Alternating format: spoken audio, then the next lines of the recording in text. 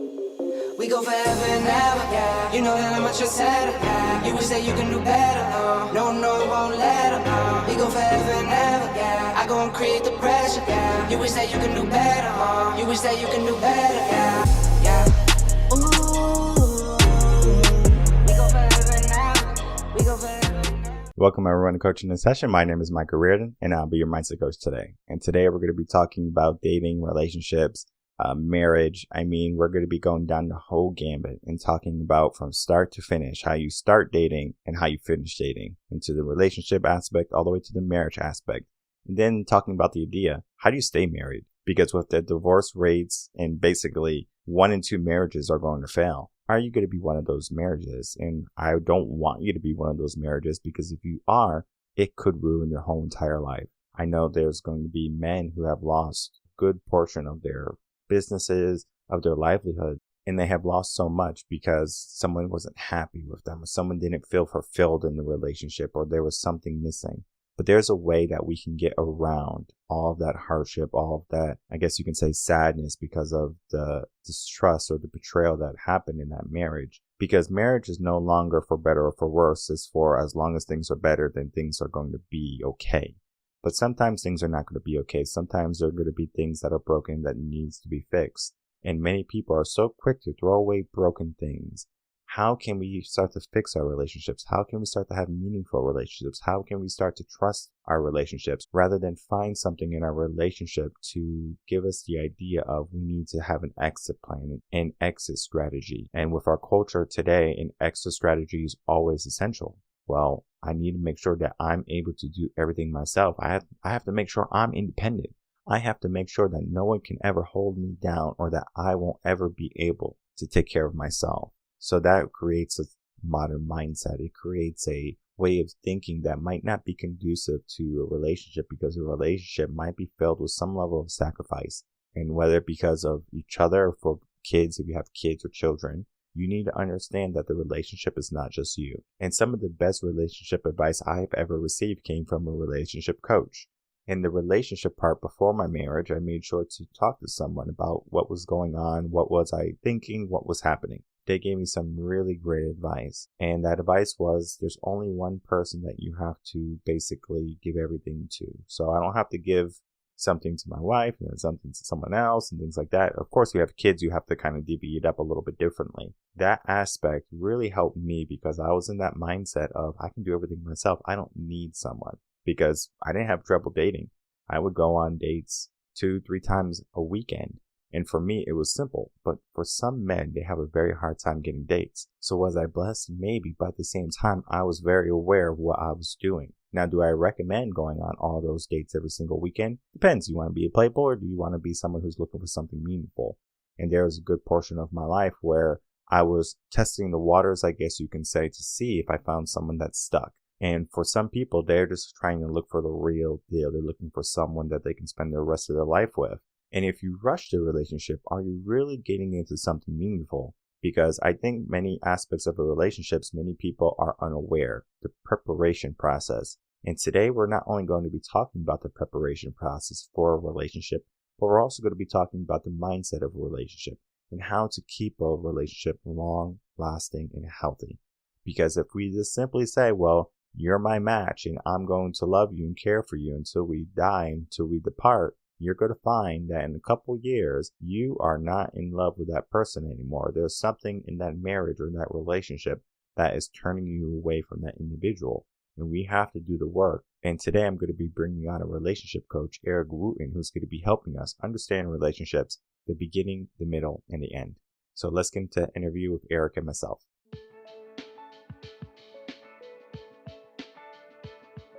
Welcome, Eric Wooten, to Coaching in Session. How are you doing today? Good, man. How you doing? I'm doing well. Thank you so much for coming on. So today I have you on as a relationship coach, and this is something that's going to be especially prominent right now because we're getting close to Valentine's Day, and we need to make sure that we have someone to squeeze, someone to cuddle, someone to be with, someone that we can call our own. I know the work that you do is not just simply helping people find relationships, but cultivating healthy, long-lasting relationships. And, without me kind of going into your whole history and backstory, please tell the world who you are and how you help. Sure. Yeah. Eric Wooten, as you said, I have, probably a couple decades at this point, working with couples and helping. I'm a licensed counselor. And a couple years ago, just in time for the pandemic, decided to launch my own relationship organization, Altered Marriage. And so, yeah, help dating couples or dating individuals navigate the dating landscape today. I do a lot of premarital counseling and work a lot with married couples, offering classes, membership community, weekend retreats, you name it, to help people develop strong relationships. Well, let's start to break down the idea of a relationship because I think so many people have a misunderstanding of what a relationship is because we have our dating apps and we can go on Tinder, we can go on Bumble, we can talk to all these different people, and we can go on 1 date, 2 dates, and then we ghost someone, right? So dating is very easy nowadays versus when I was younger, you would have to go out to the mall, find someone you enjoyed, and then you would cultivate that relationship. But now it's just a simple swipe. I'm going to swipe right because I like you. I'm going to swipe left because I don't like you, right? It's starting to affect how people look at relationships. Relationships are easy. They can be easily thrown away. So I want to talk about that idea with the younger generation first.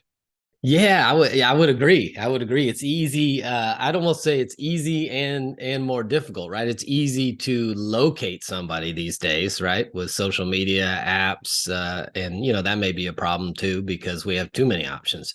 And at some point, if you always maybe have a fear of settling down when you go, there might be something better, might be something better, which, like you said, back in the day, I probably, if you wind back to 1930s, 40s, not that we want to go back there, but most people married somebody that lived within, 5-8 blocks of them because it was somebody you knew or somebody you ran the neighborhood with. And so, I think there's a benefit to being able to use technology to find people that you may never have run into. But at the same time, like you said, I think it can dehumanize it when you just flip it on a screen and swiping and swiping and picking and talking and being whoever you want to be. And the ability to create a fictitious profile of who you are and present that on the front makes it difficult for people. So I think there's easier aspects to it. But I also think it's become a lot more difficult because people don't know if they can trust what they see, don't know if they can trust what they hear. And sometimes it takes a little while to get to see them in person to verify these things. So yeah, I think it's easier in some sense and much more difficult, in another sense.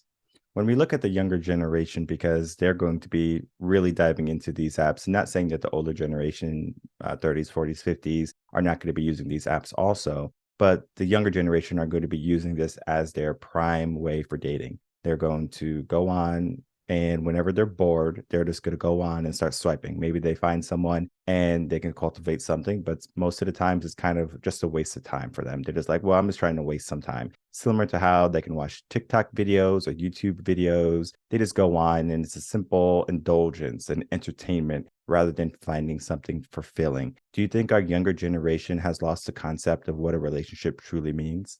I think well, there's probably two answers to this. I'll come back to the second one. The first one is I think we've lost skills of relationship, right? What I'm hearing, in fact, I had a date. I've got a singles community. I did a dating class and then we created a little community where we get together once a month and they have interactions. And so we had our kind of Christmas Zoom call not too long ago. And so we were talking about that. And a lot of the women are frustrated because they feel like the guy's got nothing to say. Their comments were, I'm tired of hello, beautiful, good morning, beautiful. It's like, do you have anything else to bring to the table? And so, that's where I think we are noticing, the swiping and the, fit everything into, 150 words or less and all abbreviations. And I think we've lost the ability to relate, interact, carry conversations, ask meaningful questions.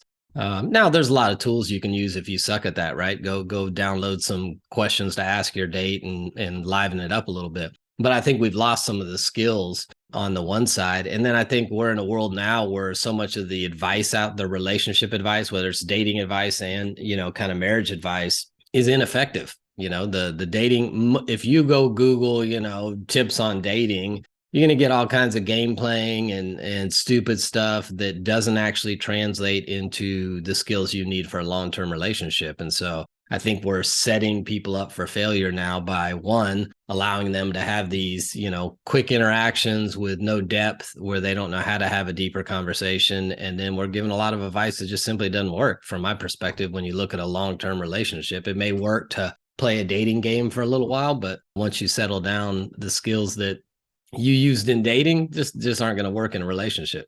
You brought up some interesting topics, right? The idea of we don't have the skills necessary to have a conversation, right? It stems from critical thinking, and it also stems from the ability to be cordial, right? To have a cordial conversation with someone. You and me, we probably can have a conversation, and most likely we're not going to be like, I hate you at the end of the conversation, right? The cordiality aspect of it. However, when we start to just look at someone on the internet, we think of like a chat room type of mentality. Well, I'm going to be a keyboard warrior, so I'm going to say whatever I want. So these men maybe are just like, hey, beautiful. And maybe they get a response. Maybe they don't. They're doing it to 100 different ladies. Eventually, they're going to get a response from someone, especially if they're lonely and they're just looking for someone. So of course, that aspect is going to work, but they have to send a lot more messages. But it doesn't create that deep, meaningful conversation, right? Because there's no critical thinking involved. We're just using the probability effect, right? I'm going to just send 100 or 1,000 messages, and I know someone's going to respond. And it's very true. So these women, I'm sure that you're dealing with, are saying that men don't know how to be men nowadays. They don't know how to be chivalrous. Why do they have to be if they can get their sex that they want, basically, and not need to put in all the hard work? Right. No, I agree. So when because even, when you do, for the most part, you do a dating class, you do a singles event, it's going to be 90% women. They're the ones interested in developing the skills and try to figure out how to build a healthy relationship. And I think a lot of it goes to what you say, man. You got these dudes that, they just want to have sex. So they're just going to get on here and keep swiping and poking and swiping and poking, and somebody will bite at some point. And then it's a lot easier to deal with rejection on a computer screen than it is face to face. And so it just kind of allows you to sit back passively and fire away and, hope something happens. But I think if people are looking for a long-term relationship at some point, that's not how you're going to get there. We have two paths we can go on, and I'm going to allow you to choose which path to go on. Okay, a little choose your own adventure here. All right. This is going to be great. So we can go into the idea of, okay, now how do we have those relationships? Or I guess we ask people, okay, well, if you want to find these healthy relationships, how do we do that? Or we can go down the path of, if we're looking for a type of individual, for example, a woman is looking for a manly man who's going to respect her and do all of those things, where would she look? So we have two options. Where would that woman look for a relationship now? Because online dating is going to be slim pickings, especially after we just had that conversation. Or talking about the mindset of a relationship and what is needed to cultivate that. Yeah. All right. We'll let's go where to find one first, and then we can come back to, because I think the mindset one's a big one. I think part of our problem is we have set unrealistic and unhealthy expectation for what relationship is supposed to look like. And so people are trying to find something that, I would say it this way, we've over romanticized relationship. So now people are looking for something with a wrong mindset. And I think there's a lot of things we could talk about down that road, but where would somebody find one? I still think apps are an option. What you're going to have to do is try a variety of different apps to find what works for you. Because I know some people that swear by one app and somebody else is like, that was terrible for me. And other people are like, hey, Facebook dating worked for me. And somebody else goes, nah, that's terrible. And so I think it's almost like anything else. It's so individualized. You need to research which ones would fit you best. Try a few of them for a period of time, and weed people out that are doing the dumb stuff you're not interested in. You can be pretty specific about what you do and don't want. And going back to the laziness factor, it's my belief, if a woman wants to avoid the guys who are just trying to get laid, the pictures you put on there, the stuff you put in your profile, if you're pretty clear that that's not what you're looking for, as a guy, I'm going to take the path of least resistance. So I'm not, if I got two profiles sitting in front, and one's, she's in a bikini in 5 pictures, and the other one's, wearing turtlenecks and jackets, and one says I'm not having sex, and the other one says love to party. If I'm looking for sex, I'm probably not going to do the hard work to try to get the other one to get there. So I think you can create a profile, be on the right apps to make your chances better. But if you don't want dating apps, there's a ton of stuff you can do, right? What things you like to do, activities, whether it's dancing or painting, or find groups that do the stuff you like to do and get involved with that. You already have a common passion, and you can often meet people there. I think going to the same places regularly,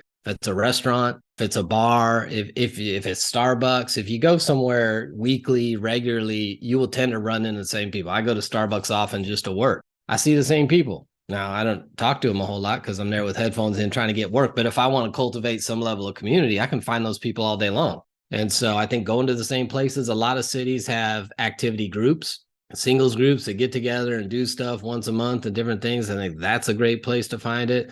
Some people, church is a great place to find it. So I think you can find a lot of places to go meet people in person if you're really anti-app. But I think you could also work the apps to your advantage and find somebody. And then just network, man. It used to be that, hey, I go on a date with somebody and they're not for me, but you would be great for my cousin, or I got a friend I think you would totally click with. And so just getting out there and getting your numbers up, and if you've got a group of people who are doing that, you may find people for each other. And so, yeah, I think there's a number of ways you can try to go find somebody, but you got to get your numbers up. It's a kind of like you said, people swiping and just shooting their shot numbers. It's also a numbers game trying to get dates. You can't sit around going, hey, hopefully the one will just come along when it's my time. You got to get out there and meet some people. Dating apps are a tool, right? A tool for you to meet people, similar to how you can go out and put yourself in a good environment. So you're going to Starbucks, so you're going to be surrounding yourself with people who maybe like coffee, maybe have similar interests, maybe entrepreneurs, right? Have a business, right? They go to Starbucks to get away to do some work. So that could be a great environment, right? If you like reading books, so maybe go to the library, if they have a book club, joining things. I know there was an app called Meetup that was very popular in 2010 area around that time. It's been maybe not as popular now since the pandemic because people have been so recluse. They used to stay inside and they don't want to go out and meet people. And so dating apps are kind of like their go-to now to do things. So everything can be done over Zoom, it seems like. So, let's have a meetup on Zoom. It's like, okay, that's not truly a meetup, right? And you can create a better relationship just in person. So like if you can put yourself out there more than just saying, okay, I'm going to stay home, go on this dating app, you're going to have better results because you're going to, of course, increase your skills too. Because yes, we can do that copy and pasting. We can search Google for conversation starters. But if it's not true to you, you're just going to be basically pretending who you are. Like, be honest, right? There's an aspect of that too, right? We have to look at too. But one of the things you said was the difference between easy prey and maybe difficult prey, where if someone has turtlenecks on and jackets and maybe business attire, and they're like, I'm all about my work, etc., don't waste my time. Guy's probably like, okay, I'm not going to waste her time. Or he's going to waste her time, just here's a copy and paste message. But he's going to look at the girl with the bikini pictures, things like that. And it gets us into the conversation of traditional and modern. And it could be a very rabbit hole conversation because traditional is your stay-at-home wife and your modern is like your woman who's going to go out, be a boss bitch, make all the money, things like that, take care of her own, protect, provide, be Miss Independent. Guys will see that and they say, well, since you're able to do everything, the only thing I want is sex. So guys will look at those modern girls, give her what she wants in the beginning, and then just slowly fade away once they got what they wanted. Versus a guy who's truly looking for a traditional girl, he's more apt to stay in that relationship. Do you think the idea of modern women today, or modern feminism, is helping women find dates and long, healthy, lasting relationships? Probably not. Probably not. It's yeah, like you say, this could be a rabbit hole of many, of what's okay. And here's, I think, one of our problems today, not just in relationship, but across the board. Instead of being rational and logical and seeing some value in opposing sides, we've swung the pendulum so far to extremes in everything, right? Politics now, nobody who is somewhat moderate is ever going to rise up on either side in politics because nobody will back them, right? And so all we've got is extreme left, extreme right, and we just keep swinging further apart. I think it's the same, same conversation. We do that relationally, right? And so, what do women want? Are there women who, do want to be cared for, covered, protect, kind of the traditional sense, right? The man, provides and covers and that. I think there's probably a lot of women that would enjoy that.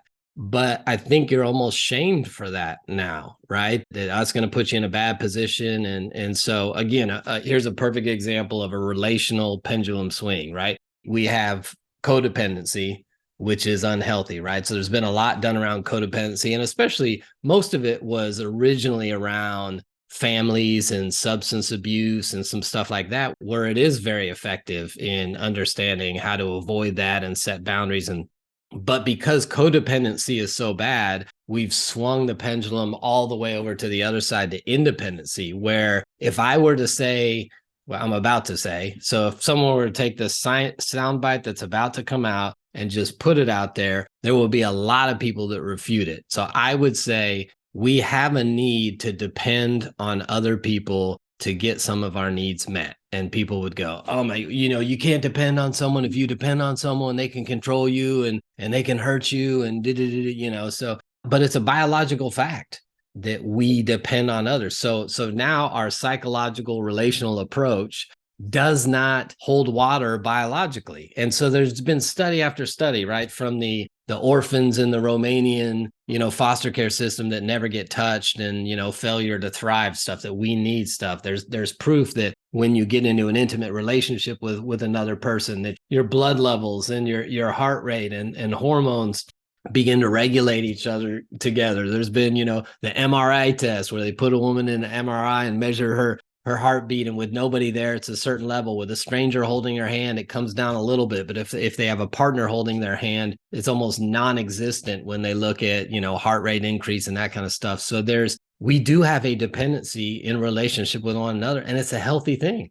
It's good for us. And so I think this whole independence, right? Some of it is born out of pain. I was dependent on the man, and, the man did me wrong and left me. And now I'm sitting out here with, no work skills, and I can't take care of myself. And so I think born out of pain, there's I'm going to be independent. You get those personal oaths of, I'm never going to have to depend on a man. I'm not going to need anybody in my life. And then you also see generations where grandma and mama raised you and we didn't need men. And I've counseled, a lot of women who have even said that. My grandma and mom raised me and told me you don't need a man for nothing but love. So if he's not loving you, get rid of him. And I think all of that message is breeding so much independence that a lot of people are having a hard time to find a relationship, because we view depending on another person on any level as bad, as putting you in a vulnerable position, when it's actually healthy. It's necessary for us. And if you're wise in who you select and you're getting to know people and, you're avoiding clear red flags and stuff, you're fine. You can avoid the people who will ultimately damage you and do things to you and manipulate you. But I think that's one of those areas where the quote traditional versus modern, a lot of people, it's just standard of living, right? Where you happen to live, you live in a big city, almost to have the standard of living you want, you almost need husband and wife working. So some of it's standard of living. I get that. But I think some of it has swung into I'm not going to depend on anybody for anything. I'm going to make my own. And when you create that level of independence, one, it's hard to give it up. And two, you're almost shamed for the thought of wanting to be traditional and just go, I can do my own, but it's also nice to have somebody I can depend on who can cover me. So I think it's a little of both.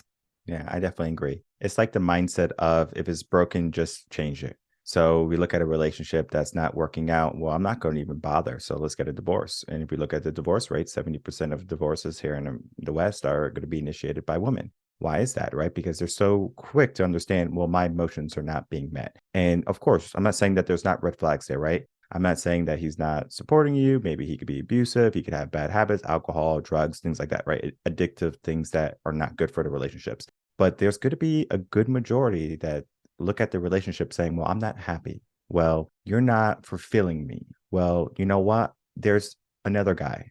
right? There's probably something better out there for me. So they're always looking at, well, this relationship is not perfect. Let me look for perfect. Do you think the idea of perfectionism has started to tarnish relationships?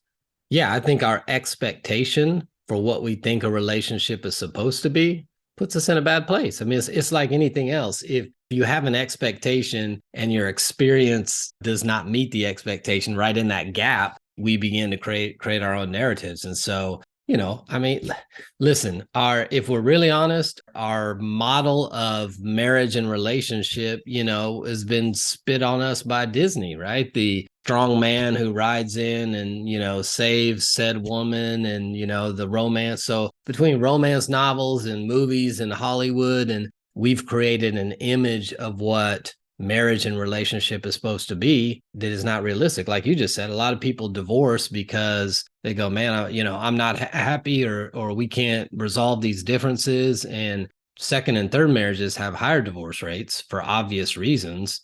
All you did was select a new set of problems. It's still you. And so I believe part of our problem in marriage is one, a dating problem. Like our preparation is not preparing us for the game we're getting in.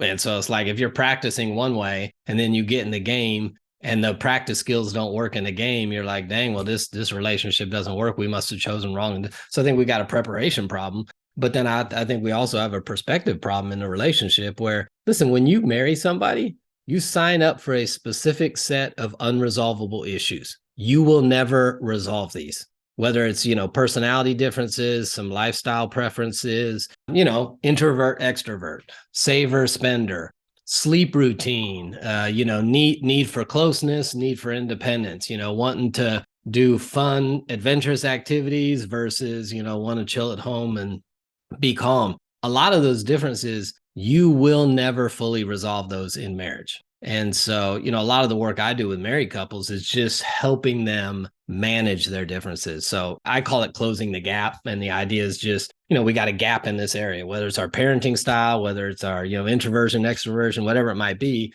You're not going to find a meet in the middle 50-50 compromise on many of the differences right? The introvert extrovert is not going to settle on, we go out 1.293 times per week and we're both super happy. You don't. You learn to take a step towards each other, say, listen, I don't necessarily think like you do or enjoy the same things in this area, but because I value you, I want to step towards you in this area. And the other person makes a step towards you and you close that gap.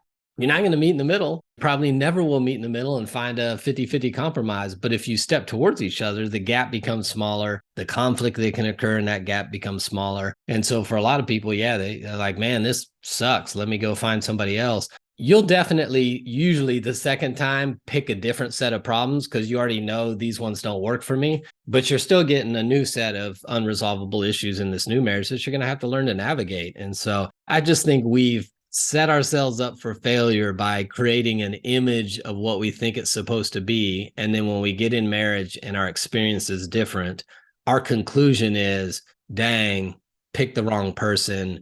We can never make this work. Let me go ahead and get out. And that's everything. Chemistry, right? We believe that talking and dating and sex and everything inside of marriage that we think should be there should just happen organically and naturally and spontaneously if we're in a happy relationship. And the reality is it's not about chemistry. It's about intentionality, right? If we believe sex is important to the relationship and it's not happening regularly, then we need to schedule it. And some people go, if you got to schedule it, then you must not care about each other. No, you're busy. Two people working and kids. And what's the realistic chance in marriage if you both have jobs, you have kids who activities, you got to work on the house, you got animals. What's the chance that whether it's sex, whether it's having a meaningful conversation, whether it's cuddling on the couch, what's the chance that the two of you will pass by each other, both wanting to do that very thing, both full of energy to do whatever that thing is at the exact same time? I mean, it's not realistic. And so I think the image that we have in our mind of what it's supposed to look like is not realistic, which is setting up a lot of people for, deciding that this can't work and we messed up. Yeah. And we do have that perception of what a relationship is just from watching our sitcoms, Disney, as you said. Everything is perfect in those things, in those videos. And then even in 3/4 of the way in the movie, something happens, but they get back together, no book, so there's always that fix at the end, but there's a hurdle. And I think people just see the happiness at the end. So they're like, I should have this, not the in between stuff. So if you argue, if you're having financial troubles, instead of supporting each other, you see the person as, okay, well, you're the culprit. You're the reason why we're in this situation. So I need to get rid of you. I need to get rid of this idea that I have given to myself that, okay, this is not going to work. And a lot of people have that, right? They have the idea of, okay, well, if a person is like this, a red flag. If a person does this, red flag, right? So it's like they give themselves so many red flags where that can happen in the stint of a marriage, even a relationship, where a person might be starting a business and then they go in financial woes, right? Belly up, right? They have to go bankrupt. Well, maybe that person is going to have a previous marriage or something like that, the spouse, and they're going to say, well, my previous spouse, they had money issues and it wasn't good. So I'm going to abandon ship, right? So people are quick to leave because something is not perfect. But a relationship is going to be far from perfect. And there's going to be days when you want to wring each other's necks, but you have to understand what is the big purpose for this marriage, for the relationship. And I think people, they just don't give themselves a purpose for the relationship. And from there, they're just like, well, I'm just going through this relationship because I'm thinking a relationship should make me happy. It should bring some type of fulfillment, and we should be working on a common goal. When that person is not responsible for your happiness, they're not responsible for your fulfillment, and your goals are your own goals. Now, you can have common goals, right? So, for example, let's say you want to go on vacation together to Europe, plan it, right? If you want to maybe buy a house together, plan it, right? It's just not something that you just simply say, well, I want to buy a house, and you just leave your partner out of it, right? You have to have an understanding of what are you working for together and what are you looking for separate. And so many people, I think they just kind of look at, well, my partner's not giving me what I want. And that's where it really begins. And I think you said something really great where we lack the preparation skills in our dating. And then we lack the preparation skills in our relationships for marriage. What would be some ideal preparation skills to learn in those three phases? In your dating phase, in your relationship phase, and then in your marriage phase to help someone be successful in those three areas? Yeah, I think dating, first of all, you got to be healthy, right?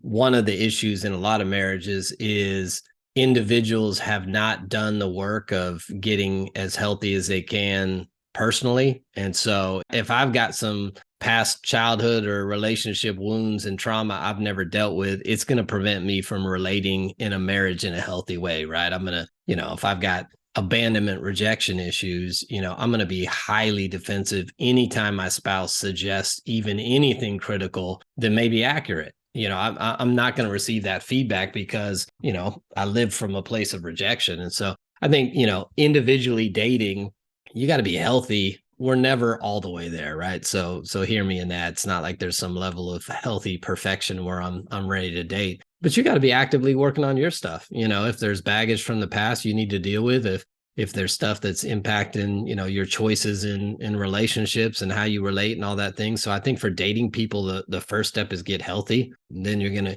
have a lot better time evaluating potential partners, seeing red flags, setting healthy boundaries, doing all the stuff that's needed in a relationship if you're doing it from a healthy place. So I think for daters, you got to get healthy first. And then I think, just some basic stuff is don't date alone. You got to know when we get infatuated and emotionally involved, we're going to miss stuff. And so, that's why you got friends. That's why you got family. That's why you got community. Get some other people involved. I see too often people kind of dating in isolation. They go find somebody and it's them and that person 24/7 and they don't have time for anybody else. And you're just going to flat out be willing to overlook stuff, or you're going to miss stuff when your emotions are wrapped up. So I think you need another set of eyes on it can also be helpful. And then, we could go through 177 red flags to watch out for, everything from the way they handle finances to the relationships they have in their life. But I think the other thing you got to know in dating is it takes a while to get to know somebody. And I know a lot of people that think, 1 month, 2 months in, oh man, they're so great. Listen, people's patterns aren't going to come out anywhere under 3 months for sure. 3 to 6 months is probably when you really start seeing people's patterns and that kind of stuff. So I would say for daters, slow it down, slow it down, take your time, watch out for some of the red flags, get some other people involved. There's millions of books that have been written on boundaries in dating and watching for red flags. And so there's plenty of material to help you do that. I think once you've got somebody and you think you may be moving towards marriage, I believe everybody should do some level of premarital counseling. You don't need to be engaged with a wedding date. If you've been dating a while, do it then. It's a lot easier to break off a relationship before you've got a ring and a date planned, and all that embarrassment of canceling that may come in. And so if you've been seriously dating somebody for, a while, 9 months, a year or something, you guys are like talking like this could go further, I would say go get some premarital counseling. Get somebody to help you, force you to ask questions and have conversations that you either don't know to have or don't want to have. And then the other thing for me is I'm thinking long-term for marriage. If you've got somebody who is unwilling to do premarital counseling, like, I don't need anybody else in my relationship, I don't, that should be a huge red flag, because you already discovered if you get married to them, somewhere down the road, you guys get stuck, which will happen to every couple. They've already told you they're not willing to get outside help. So you're going to be isolated and stuck. And so I think not only will premarital counseling help you really evaluate and prepare for marriage, or realize this is not the person you should be marrying for a variety of reasons, it also sets you up to know, hey, we're both open. Should we get stuck somewhere down the road to somebody else having input in our lives? So that's what I'd say for dating and, single dating, and then dating for a while, preparing for marriage. And then what was your question about marriage? Just what are the skills for that, or like the preparation to have a good, healthy relationship, as in marriage? Yeah, for me, I think, not to oversimplify relationship, but for me, probably the three pillars I would say of like healthy, successful marriages. One would be community. Again, if you ever talk to me, you're going to hear community over. I believe couples need other couples around them who are also, invested in their marriage, who are trying to grow. We need that outside accountability. There's just going to be times. The reality is, there's going to be times when I don't want my wife holding me accountable because I don't feel like acting right. And if she doesn't have some other people that she can call me into account with, my community, she's going to be in a tough place, right? She's trying to get me to change behaviors and that are hurting the relationship. I'm not willing to. What does she do? For a lot of people, the answer is nothing. I think if you have community, you appeal to your community. And so there are going to be times we need outside support and accountability. And I think community is huge. I think intentionality, like I said before, is a key component of a healthy relationship. Not everything is going to happen organically, naturally, spontaneously. If we want a great marriage, we have to plan for and do the things on a regular basis that create a great marriage. So I'll suggest to couples a lot of times who don't have a regular rhythm to their relationship to, at the very least, start with, weekly date night. I suggest a weekly staff meeting to talk about, some of the business side of marriage. And then, a couple times of quick connection, maybe 15, 20 minutes, a couple nights a week or in the morning, depending on where they are, just phones down, where, either watching TV together, playing a game together, just talking, whatever it might be that makes couples feel connected, so that there's a regular rhythm of, we're getting together simply to connect. And that's why the staff meeting is helpful, because what happens with a lot of marriages is the business side takes over, and pretty soon all our interactions are logistical, problem solving, conflict resolving, running the household and family. And we've stopped doing the things that we love to do when we're dating, which is just hang out and have fun and do some of that kind of stuff. So I think community, intentionality, and then the third leg for me is just personal responsibility. And that goes back to what I said about being healthy. If there's some stuff in marriage that we are having relational problems because I got some individual stuff, I think we each have a responsibility I got to own my stuff, and I got to figure out why I'm overreacting, why I'm exaggerating, why, this habit or this vice or this attitude or this addiction or whatever, is preventing me from having a healthy relationship. And so a lot of couples fight relationally, but it's really a individual issue that is causing the problems. And so, some couples I even counsel, I'll tell them, hey, if I see one or both of them kind of have an individual issue that I think is severe enough, I'll tell them we're going to put a pause on the marriage counseling. Let's just agree that the marriage is going to suck for the next 6 months while you individually go get some counseling, or you get some help in this area. Because otherwise you just run in quicksand. I mean, we can try all kinds of relational stuff, but at the end of the day, you're wounded, you're hurt. And, if you're emotionally, or, for lack of a better metaphor, if you're emotionally or psychologically in a wheelchair, and I'm asking you to get up and run with your spouse, it's not going to work real well. So let's get you healthy. Then when you're a little healthier, now let's come back and, try to work on some relational dynamics. So yeah, I would say community, intentionality, personal responsibility are three of the kind of key pillars that are important for healthy marriage. One of the things that someone made aware to me early this year, they said the 7-year itch. I never knew about the 7-year itch. And apparently he says about every 7 years, there's something that spouts up in a relationship or a marriage that is going to make or break the relationship. Do you think that is something that exists, or that's just something that's fictitious? Yeah, really the 7-year itch has traditionally been not every 7 years, but most marriages that fail do so in the first 7 years. And so that's kind of where that came from. The majority of divorces occur within the first 7 years. And so that's where the kind of 7-year itch is like, oh man, I don't know if we can make it.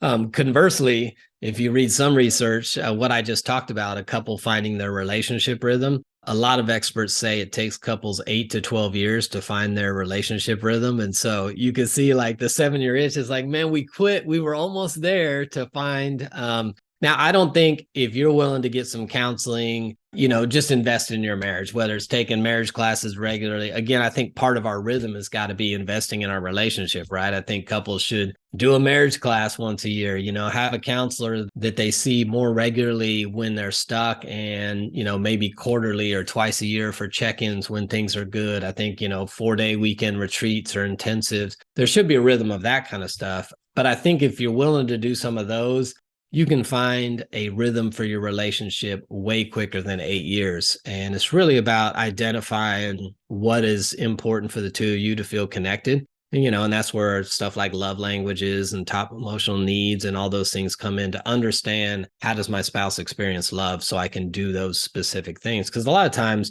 we feel like we're putting in effort, but our spouse is looking at us like we don't do anything for them, which is even more frustrating, because like here's a list of things I'm doing, and they're sitting over here saying you don't love me, and I'm like, well, I did these 10 things, but I'm doing the wrong things, right? And so part of it is learning your spouse and understanding what they need, and then creating that rhythm, that weekly rhythm, where it's like, hey, we do X together on Mondays, and a couple of nights a week after the kids are in bed, we do this, and on Sundays we do this. And I think if you establish a rhythm early on and stay with it, the intentionality just becomes, normal and a normal part of your rhythm. And I think you can avoid, quote, the 7-year itch, because we've created, because that, 7 years is the fun's worn off. You're usually in the child rearing stages, and research shows that traditionally marital satisfaction drops like 40-something% with the birth of the first kid. That's the biggest hit to marriage satisfaction, is the birth of your first kid, because it's so consuming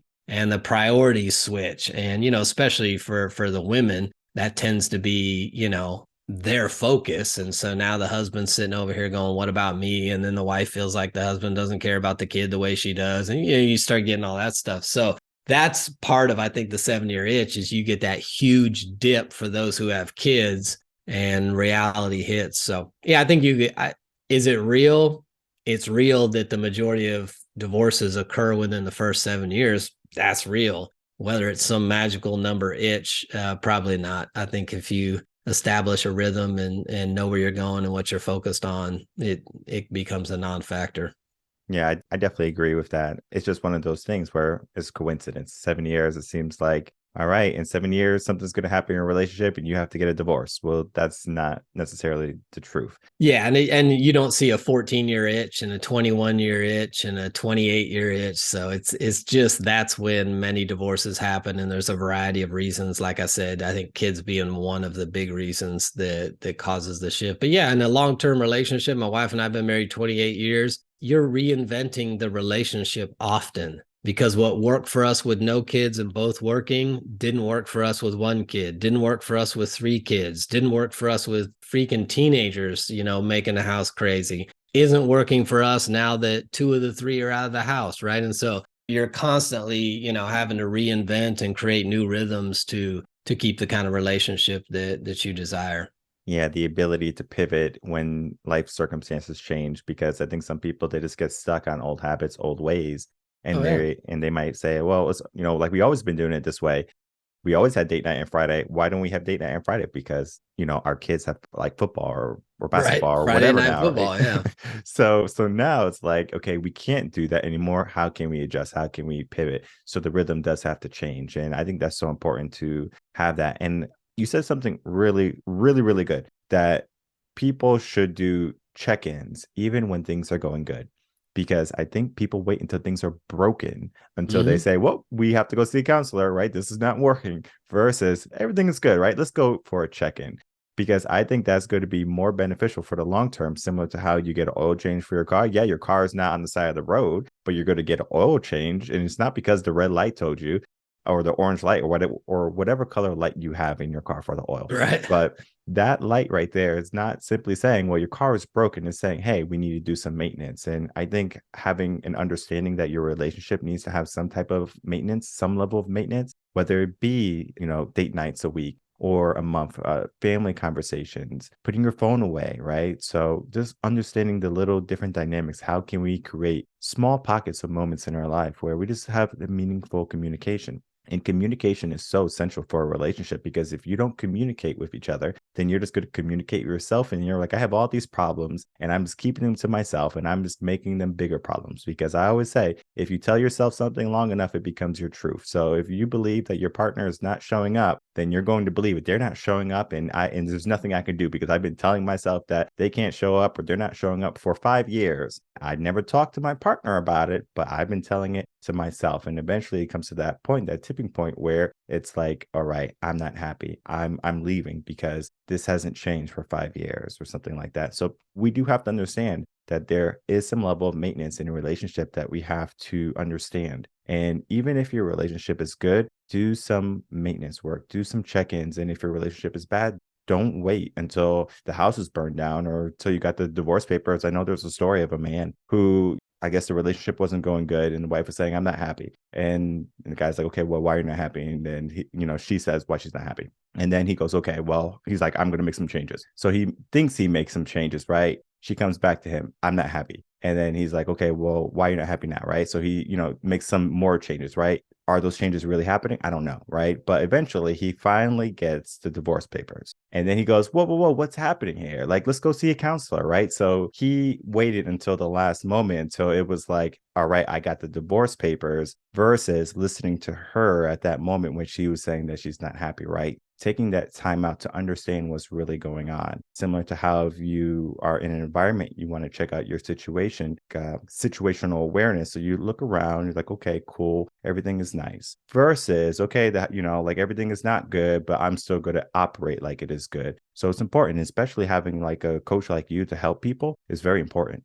Yeah, I mean, obviously that's across the board, right? Whether it's our weight, finances, relationship, the longer you wait and the worse it gets, the more expensive and the harder it is to get out of that place, right? And so, especially in relationship, I mean, just having an outside person in your relationship, one, it should be normal. There's just too many people who are, quote, private, who don't want anybody in their business. And, if you're dating and the person you're dating is private, leave. That's the biggest red flag for me. I mean, that's just they either don't want accountability or, are unwilling to let anybody speak in their life is dangerous. But just having a third party suggest something automatically neutralizes a conversation, right? If I come to my wife and say, hey, I want to talk about, our intimacy, there's going to be like immediate defensiveness, right? Like, you're coming at me for something. If we go see a counselor and the counselor says, tell me about the intimacy, like, it's already neutral. I'm just doing what the counselor told me. It's not like me attacking you. And so just having somebody else, whether it's a class or a retreat or a counselor, suggest that you two do something together,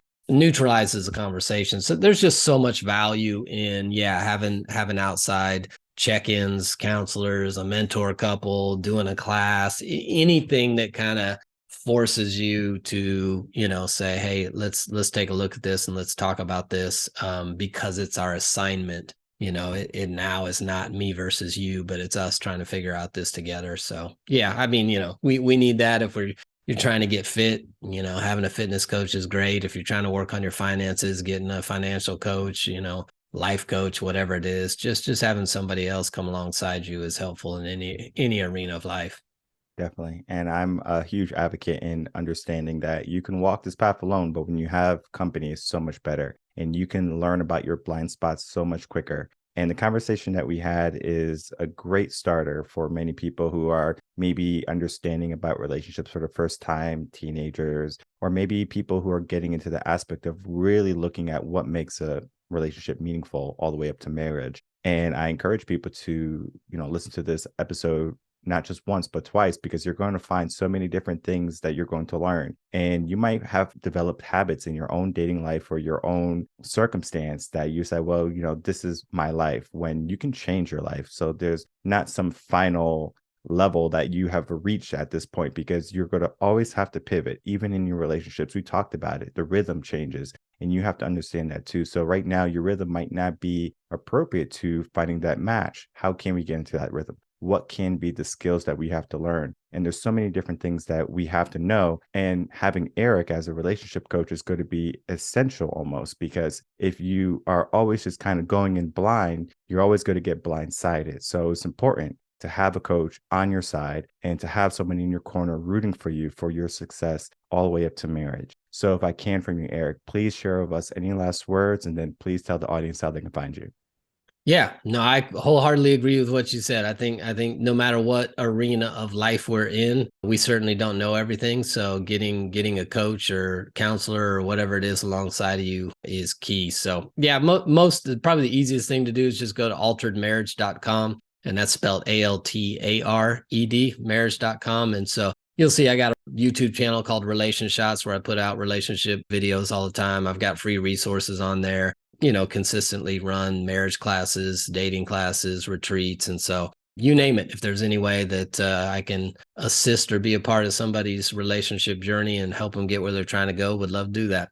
Perfect. And I will put all of your links in the description box below so people can easily find you. And whether you're in the beginning of your relationship or you're all the way into marriage, there's going to be a need for a relationship coach. There's going to be a need for someone to mitigate and to do the maintenance work in your relationship. So if you're struggling, don't wait. Take action today. I want to thank my guest, Eric Wooten, for coming on Coaching in Session. Great conversation today. Thanks, man. Thanks for having me.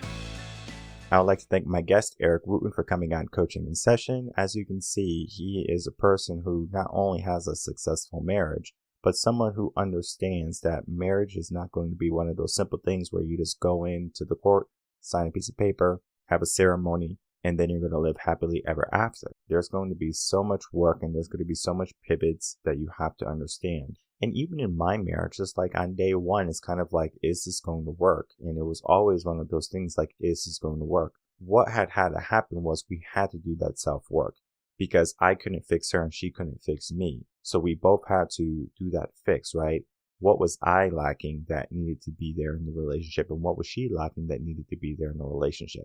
Now, I'm not saying that she had more work than me, but having a healthy body and a healthy mind is going to be one of those first steps to really having a long, healthy relationship. Because if you think about it, if you're healthy, you have more energy. If you're healthy, you're probably more optimistic about things. The positivity in your mind is going to be there.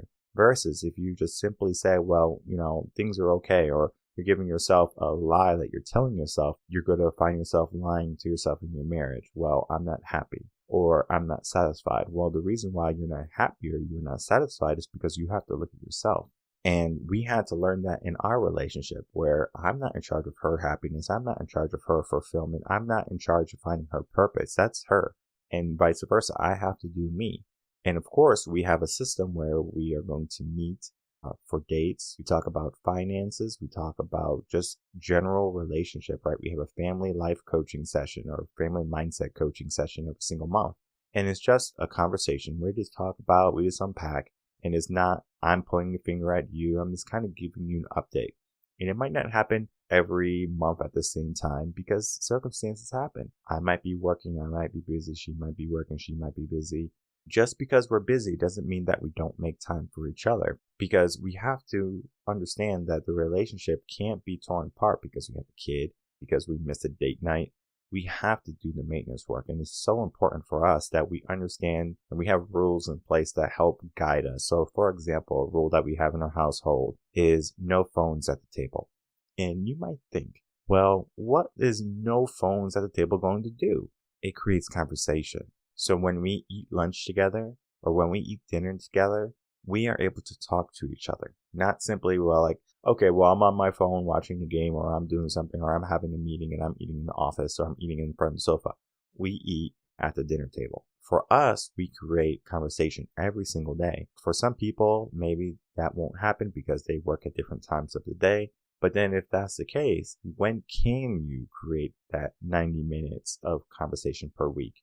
Maybe you are going to be finding a date night every single week. Maybe you're going to talk to your partner on your lunch break. Whatever it be, right? Understand that. And we talked about something that's so important. Don't wait until it's broken. Oh my goodness. I have so many people who come from mindset coaching after their life is in turmoil. Their house is burning down. They're in foreclosure. They're about to lose their marriage. And there's so many different things going on, but they wait until the last minute. And I encourage people, do not wait until the last minute. Do not wait until you're suffering or you're struggling to breathe until you say, I had enough. Because just because you had enough, it doesn't mean that it's going to be a simple process. You're putting yourself against the wall and then you're finally saying, well, I'm going to make some changes. Yes, you're going to be more likely to make those changes because of procrastination or the fear of not getting it done or the fear of the consequence of not getting it done or making that change. But you can empower your mind, your mindset to think in a different way. If you can say, well, I'm not going to wait till the last minute. I'm not going to wait till something is broken. Imagine what you can do.